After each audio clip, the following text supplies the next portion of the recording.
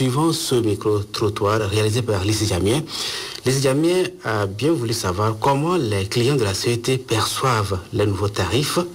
Que pense-t-il de la redevance pour l'éclairage public et quelles sont les difficultés constatées dans la mise en œuvre de ces nouveaux tarifs? Écoutons le micro-trottoir. Avoir le niveau de vie de la population togolaise, le salaire des fonctionnaires, cela ne permet pas à la population de pouvoir régler leurs factures et cela entraîne des révoltes au sein des populations où parfois des parents sont obligés de dire à leurs enfants je ne veux plus vous voir sur la télé parce que je ne suis plus capable de payer l'électricité alors que nous en avons besoin.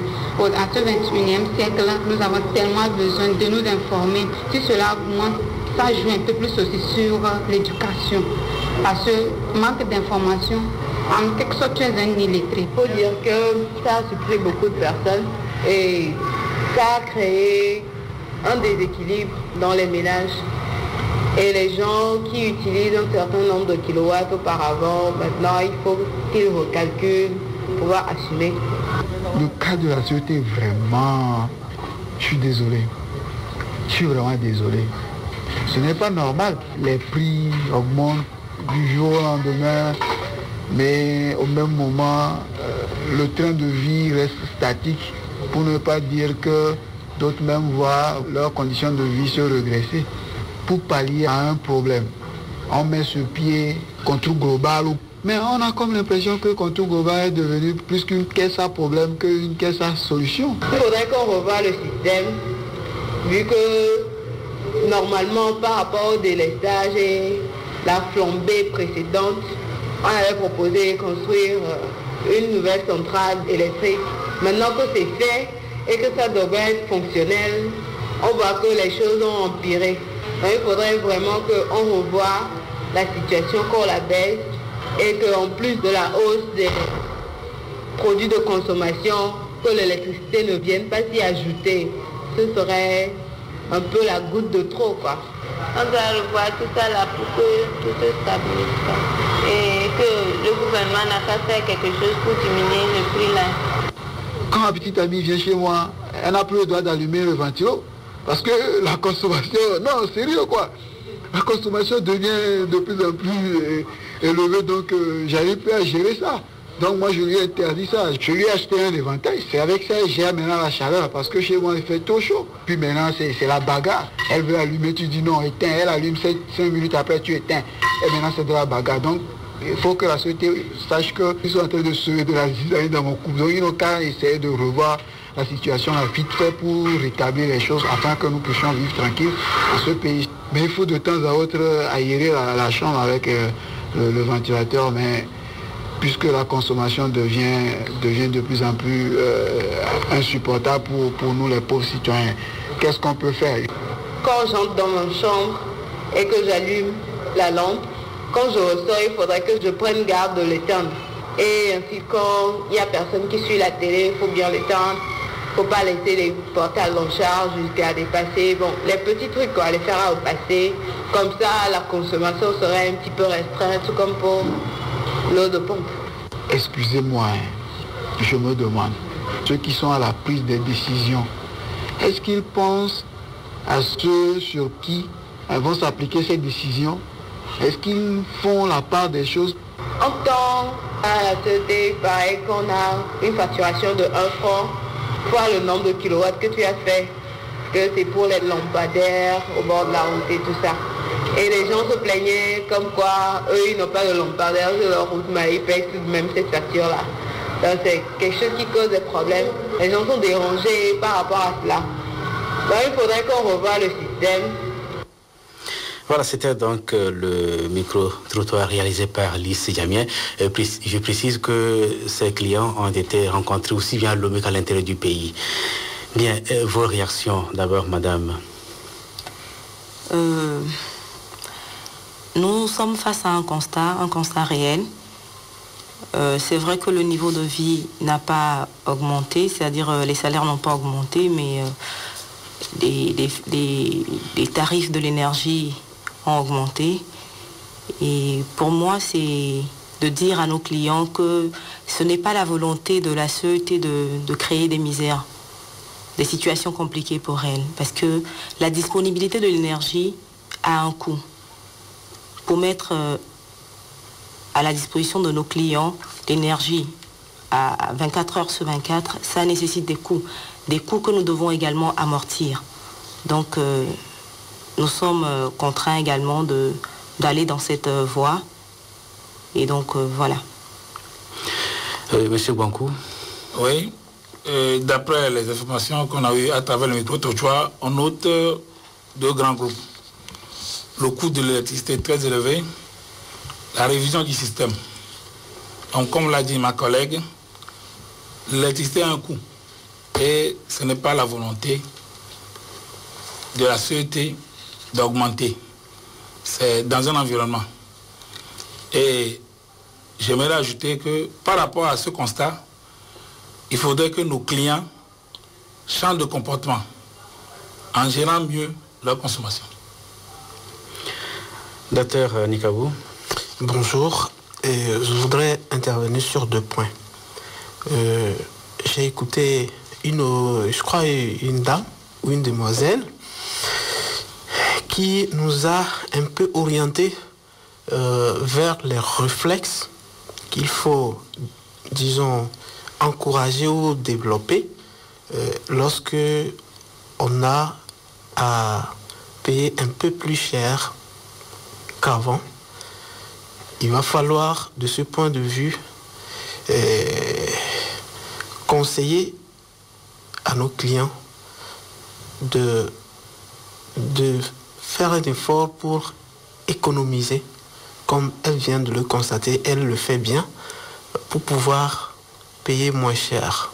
Parce que en économisant, ça peut régler en partie ce problème de tarif dont on parle dans le micro-trottoir. Et au-delà de ça, il y a également un auditeur, enfin quelqu'un qui a dit que, bon voilà, Contour Global est arrivé pour compliquer les choses. Non, je ne crois pas qu'il faut prendre le problème sous cet angle-là. Contour Global est venu pour apporter une solution au problème de déficit d'énergie qu'il y avait entre-temps.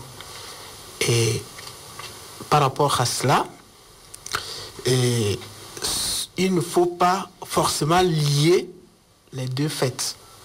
Parce qu'elle avait bien dit, aujourd'hui on tend vers la qualité du service. La qualité du service, ça veut dire quoi? Ça veut dire la continuité de fourniture de l'énergie. Et cela implique également de l'investissement. Ça implique de l'argent qu'il faut injecter. Et partant de là, quand nous sommes dans le processus de l'amélioration du service à la clientèle, ou bien nous visons la qualité du service, comme elle avait insisté ou relevé, cela a un coût. Et c'est ce coût qui motive le relèvement tarifaire. Voilà. Oui, nous savons également que l'État a dû investir beaucoup pour la mise en place de contrôle global, disons des centrales, pour donc augmenter la disponibilité de l'énergie.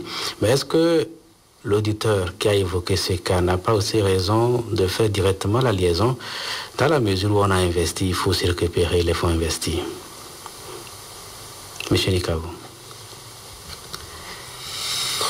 Bon, ce lien, il n'est pas vraiment un lien conséquent, ce n'est pas une cause et un effet directement. Je l'ai déjà expliqué. Il faut voir plutôt l'objectif. Quel est l'objectif visé? C'est l'amélioration du service, de la qualité du service. Et j'ai dit que quand on vise l'amélioration du service, cela a un coût et il faut le payer. Et c'est partout, ce n'est pas seulement dans le secteur de l'électricité que cela se constate. Vous convenez avec nous que quand on cherche à améliorer, il y a nécessité d'investir. Et l'investissement a un coût et qu'il faut que les gens participent à cette amélioration à la clientèle. Du service à la clientèle, vous m'excusez. Mademoiselle Potisson, quels sont au fait les éléments de la facture basse fréquence qui sont touchés par la modification tarifaire en vigueur depuis le 1er janvier dernier? Oui, nos clients ont pu le constater, depuis le 1er janvier, certains éléments ont changé, c'est-à-dire leurs tarifs ont changé dans la facturation de la CET. Donc les éléments de la basse tension qui ont été touchés par les nouveaux tarifs sont à commencer par la puissance souscrite, c'est-à-dire quand une certaine puissance est disponible à votre point de livraison, vous devez assumer cela en payant un certain montant. Donc la puissance souscrite a eu à subir une hausse également. Et donc les tranches, c'est-à-dire les subdivisions de la consommation énergétique. Vous n'êtes pas sans savoir que avant d'aller aux tranches, la puissance souscrite, oui, pour que le client puisse mieux comprendre qu'est-ce à dire. Vous parlez de l'énergie qui arrive au point de livraison. Concrètement, oui, ça veut dire quoi? Oui, c'est-à-dire pour un client donné, par exemple, qui a un certain nombre d'appareils dans sa maison, pour pouvoir les faire fonctionner, il a besoin d'une certaine puissance. Et cette puissance-là varie, bien évidemment, en fonction de la puissance des appareils que vous avez et de leur nombre. Donc, pour avoir cette disponibilité, pour pouvoir supporter, c'est-à-dire pour que l'énergie disponible puisse supporter tous ces appareils, pour qu'ils fonctionnent très bien, le client fait le choix de souscrire peut-être à un 2 fils 10 ampères, un 2 fils 4 ampères ou un 4 fils 60 ampères. Donc, ça varie en fonction des besoins du client. Voilà, on peut aller maintenant aux tranches. Oui, parlant des tranches, il s'agit des subdivisions de la consommation énergétique. C'est-à-dire quand vous passez d'une certaine quantité d'énergie à une autre, vous avez un tarif qui est appliqué à cette tranche-là. Donc au cours de l'émission, nous aurons à aller un peu plus dans les détails par rapport aux tranches. Vous avez également la redevance puissance qui a augmenté, c'est-à-dire la puissance contractée par le client est disponible sur ces installations. J'en ai parlé tout à l'heure. Et les usages, c'est-à-dire ce pourquoi vous avez souscrit à l'énergie électrique, à un branchement, si c'est pour un business ou c'est pour juste votre maison. Donc voilà, c'est ce qui... c'est ce qui concerne l'usage. Donc, pour terminer, la redevance éclairage public a également subi une hausse. Donc, en gros, voilà donc les 5 éléments qui ont subi une augmentation à partir du 1er janvier passé. Et Dr Nikabo, pourquoi il n'est pas prévu une tranche sociale concernant ce deuxième cas? Alors, si vous avez écouté ce qu'il a dit, le souci de l'État et puis de la société, c'est d'être sensible aux petits consommateurs. Quand on dit petits consommateurs, en fait, c'est les gens qui n'ont pas assez de moyens. Et lorsque vous n'avez pas assez de moyens, il est normal qu'on puisse... C'est un geste social pour accompagner, je ne dirais pas les cas sociaux, mais des gens qui ont le petit revenu. C'est tout à fait normal.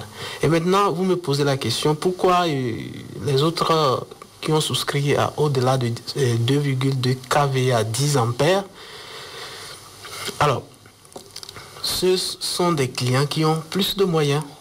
Et vous ne pouvez pas demander à ceux qui ont moins de moyens de payer la même chose que ceux qui ont plus de moyens. C'est une loi, c'est naturel. Plus vous disposez de moyens, plus on a tendance à multiplier les usages. Non, pas multiplier les usages, mais vous avez assez de moyens pour pouvoir payer par rapport à celui qui est démuni, j'ai bien dit.